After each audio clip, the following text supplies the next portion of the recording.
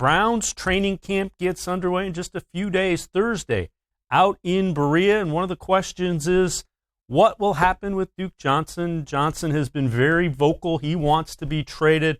Went out and hired a new agent in Drew Rosenhaus, a guy that's kind of known for getting what his clients want.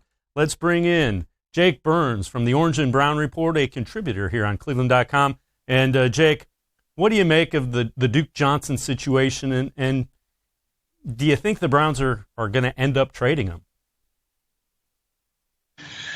I've relatively maintained that I think that they're going to keep him around. I think they're going to keep him unless something drastic comes, and I just don't see the running back market changing before the start of the year, unless some sort of drastic training camp injury happens, or Tampa Bay gets in a little bit of a panic mode and feels like they need to give up something to bolster their backfield. I think if we do see a trade, it most likely comes around week 8. But if the status quo remains the same, I think the Browns do end up keeping him around. And when you mention week 8, obviously that's around the time Kareem Hunt becomes available and would give the Browns some leeway.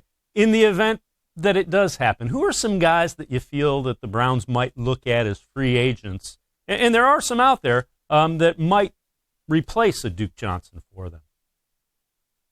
Yeah, I think there's a couple that used to play for the Eagles. Jay-Ajayi, who a really good running back, played with Miami, was traded to Philly in the middle of their Super Bowl run 2 years ago. I think he's a name that will certainly be attention-worthy. He tore his ACL last year, but he did come back.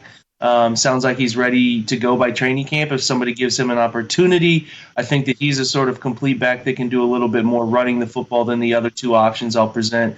The other one's Darren-Sproles, who's a little bit older, still has a desire to play, has been noteworthy lately, trying to say he would come back in the right situation for a Super Bowl contender, preferably somebody he's played with.